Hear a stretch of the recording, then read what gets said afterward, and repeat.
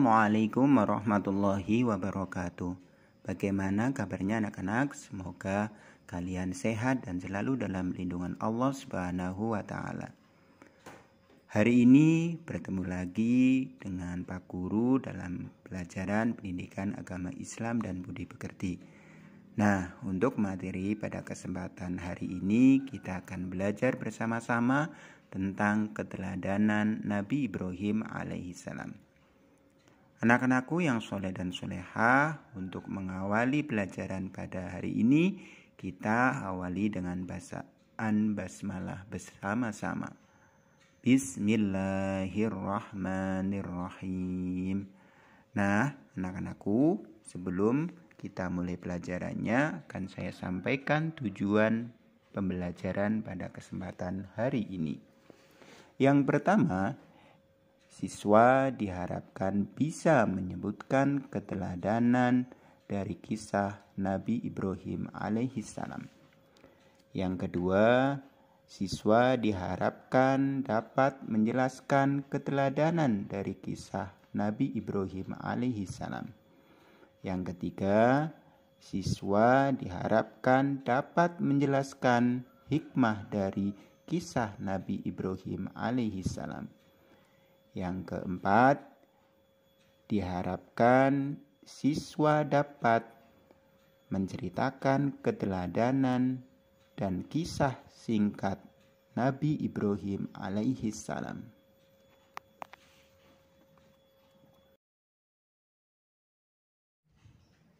Nah, anak-anak, yuk kita mulai pembelajaran hari ini, mulai dari sejarah Nabi Ibrahim alaihissalam.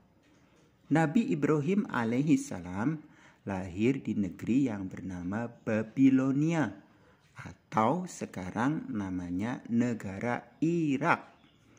Ayah Nabi Ibrahim bernama Azar bin Nahur. Pada waktu itu, Babilonia dipimpin oleh seorang raja yang sangat dolim, yang bernama Raja Namrud bin Kan'an bin Kus. Babilonia adalah negeri yang kaya raya. Rakyatnya makmur, sejahtera, tetapi mereka tidak mengenal Allah Subhanahu wa Ta'ala. Penduduk Babilonia justru menyembah patung atau berhala yang mereka buat sendiri. Anak Nabi Ibrahim alaihissalam. Nabi Ibrahim mempunyai dua anak yang bernama Ismail dan Ishak. Mereka saudara namun berbeda ibu. Oleh karena itu, Nabi Ibrahim dikenal sebagai bapak para nabi. Kehidupan Nabi Ibrahim alaihissalam. Sejak kecil, Nabi Ibrahim hidup dalam lingkungan kemusyrikan. Musyrik artinya tidak menyembah Allah, melainkan mereka menyembah berhala atau patung yang dibuat sendiri. Dan ayah Ibrahim yang bernama Azar adalah pembuat patung di Babilonia. Pernah suatu saat ayah Nabi Ibrahim bernama Azar menyuruh Ibrahim untuk menjual patung atau berhala tersebut. Namun berkat bimbingan Allah Subhanahu wa Ta'ala, Nabi Ibrahim dapat menolaknya dengan cara yang halus. Karena Nabi Ibrahim sangat meyakini bahwa hanya Allah Subhanahu wa Ta'ala yang berhak disembah, sedangkan patung hanya buatan manusia yang bisa rusak kapan saja. Nabi Ibrahim mencari Tuhan yang sebenarnya. Ketika malam tiba, beliau melihat bintang. Dia sempat berpikir bahwa bintang itu adalah Tuhannya. Namun, ketika bintang tenggelam, beliau berkata, "Saya tidak suka kepada yang tenggelam." Ketika melihat bulan, beliau mengira itu Tuhannya.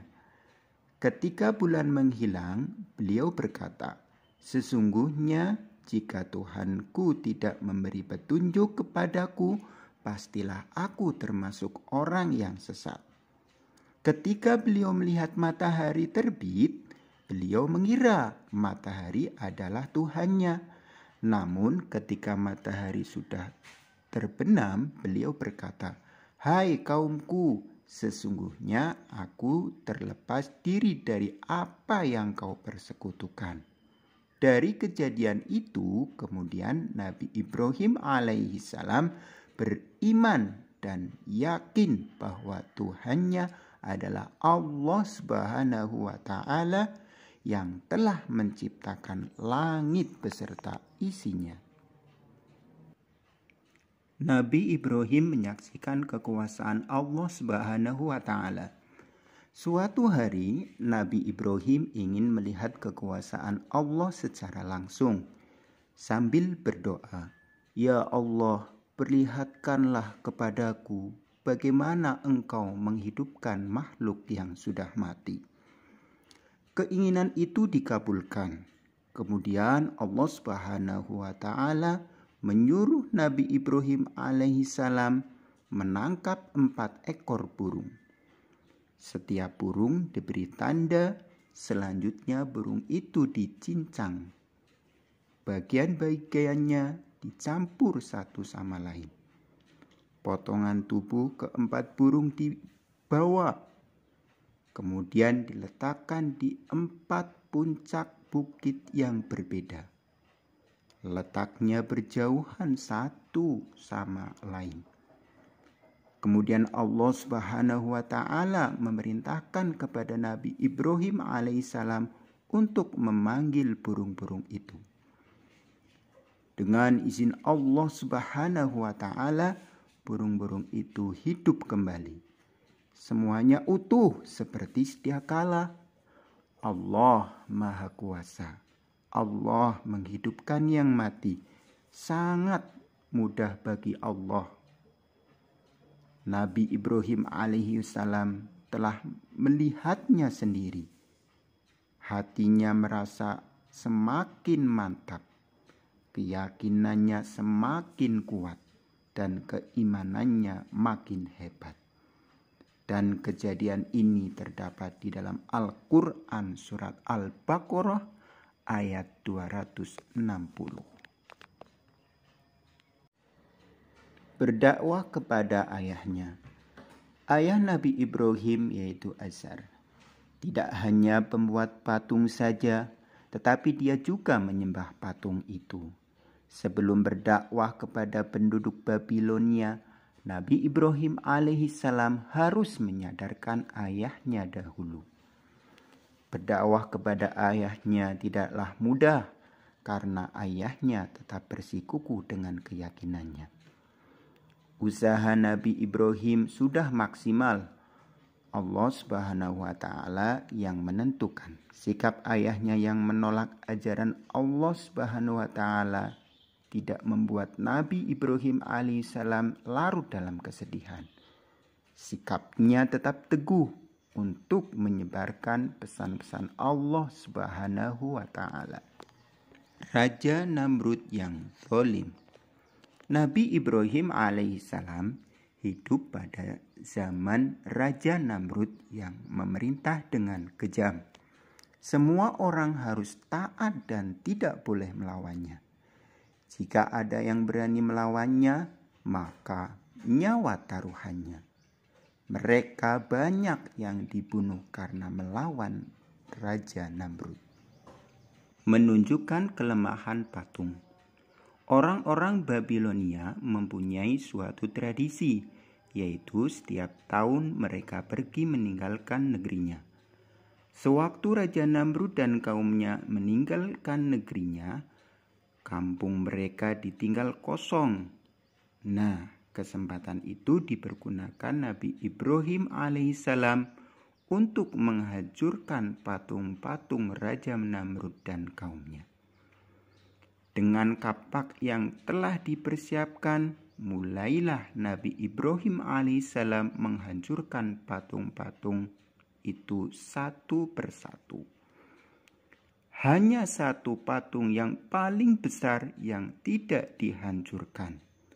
Lalu kapak yang dipergunakan untuk menghancurkan patung-patung dikalungkan di patung yang paling besar tadi.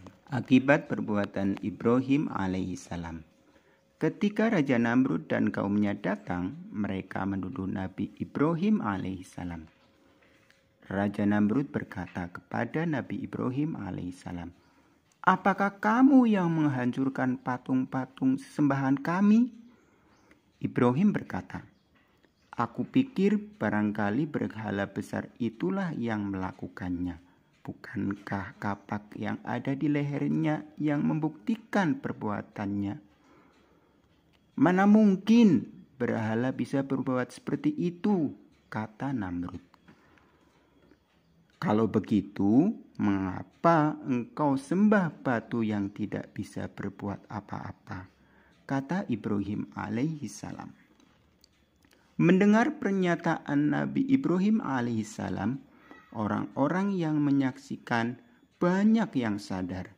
Selama ini mereka telah menyembah patung-patung yang tidak bisa berbuat apa-apa. Raja Namrud akhirnya marah dan memutuskan bahwa Nabi Ibrahim alaihissalam harus dibunuh dengan cara dibakar hidup-hidup. Ketika itu api sudah menjalar dan sudah disiapkan untuk membakar Nabi Ibrahim. Api menjalar mendekati Nabi Ibrahim alaihissalam. Akan tetapi ia tetap tenang. Hatinya bertawakal atau pasrah kepada Allah Subhanahu wa Ta'ala. Ia yakin Allah Subhanahu wa Ta'ala tak akan membiarkannya terbakar. Ketika itu api menyala makin besar. Raja Namrud dan pengikutnya tertawa riang. Mereka menyangka bahwa Nabi Ibrahim telah hancur menjadi abu. Akan tetapi betapa terkejutnya mereka melihat keajaiban yang tidak disangka-sangka. Setelah api padam, Nabi Ibrahim alaihissalam tiba-tiba berjalan keluar dari puing-puing pembakaran api dengan selamat, tanpa luka sedikit pun. Allah Subhanahu wa Ta'ala menunjukkan kekuasaan dan kasih sayangnya kepada Nabi Ibrahim alaihissalam dan kaumnya. Sikap yang harus kita contoh dari kisah keteladanan Nabi Ibrahim alaihissalam adalah kita harus berani untuk melakukan kebaikan. Contohnya, apabila kita melihat sendiri teman kita sedang mengambil barang milik orang lain, maka kita harus berani melaporkan kejadian itu kepada Bapak Ibu guru. Semoga kita semua dapat mempraktikkan sikap berani melakukan kebaikan. Amin. Demikian pembelajaran kita hari ini. Mari kita tutup dengan bacaan hamdalah bersama-sama. Alhamdulillahirabbil alamin. Mudah-mudahan bermanfaat. Pak Guru akhiri. Wassalamualaikum warahmatullahi wabarakatuh.